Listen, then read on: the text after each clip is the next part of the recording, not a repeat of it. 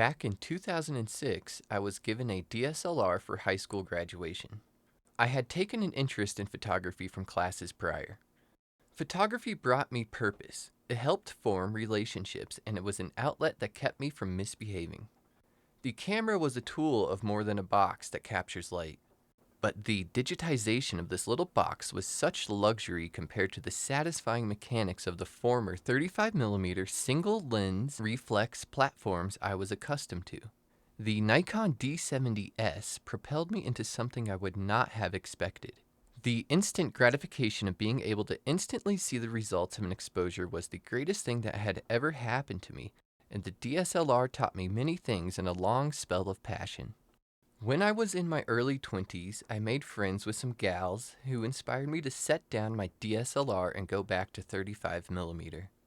My evolution from the digital momentum reverting back to the clicks and clacks of 35mm was fuel on the fire. Receiving a package of negatives and prints from the neighborhood Walgreens was a momentous occasion. 35mm film, or all film for that matter, is something AI cannot quite touch. There's something quite romantic about the qualities of film, and it's not just a thing of nostalgia. It's something how the very structure of film and the silver halide crystals capture light. Even a good digital scan of film has a different air about it. AI cannot so easily replicate these traits found in film.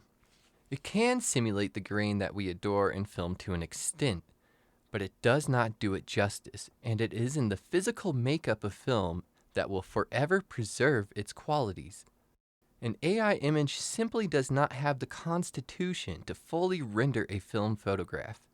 Maybe one day it will be capable, but as of now I feel it's safe to say that film is at an advantage for photographers who want to preserve the art.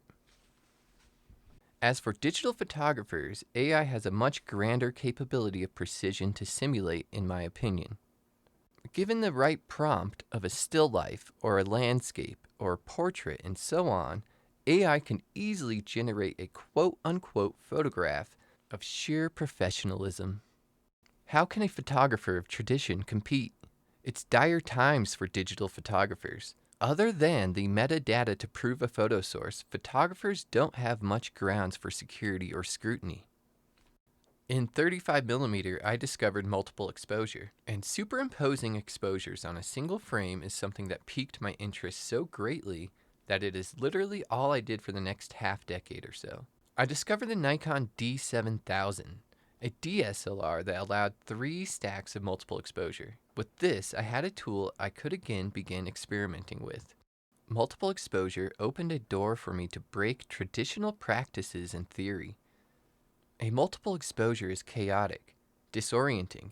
Light becomes brazen in flooding out the character of a subject or scene. Unexpected textures scatter among shadows, and nothing is as to be expected. Yet there is something incredibly intriguing about multiple exposures. The chaos is quite wonderful. The camera as a whole becomes more of a paintbrush than an instrument of precision. Dodging and burning are no longer actions limited to the projector or a desktop application. Manipulating the camera in movement like brushstrokes and intentionally covering the lens become common practice by the user. In time, I taught myself ways to manipulate the camera and light to garner more control over a scene, and in time I was adopting something I wasn't even aware of. More of that to come. A multiple exposure is a bit of photography wizardry that AI nor the most skilled Photoshop person can quite achieve to replicate. A multiple exposure can be incredibly complex in layers, where there is not only contrast in color and light, but also depth. There are properties in multiple exposure that are incoherent. They are mysterious and have something within that is enchanting yet frightening. They so easily twist reality, and everything is abstract. Patterns can appear infinite, and the world can seem upside down. It displaces any logic a machine of learning will ever be able to comprehend.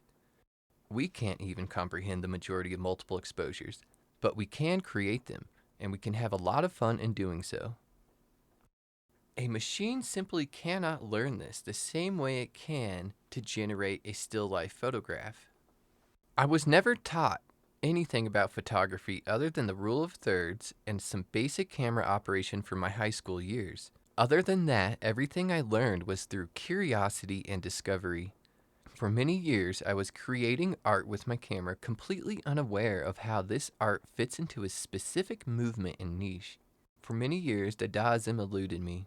I had never heard of the concept, even though I was literally embracing it not only in multiple exposures, but also through the creation of collages.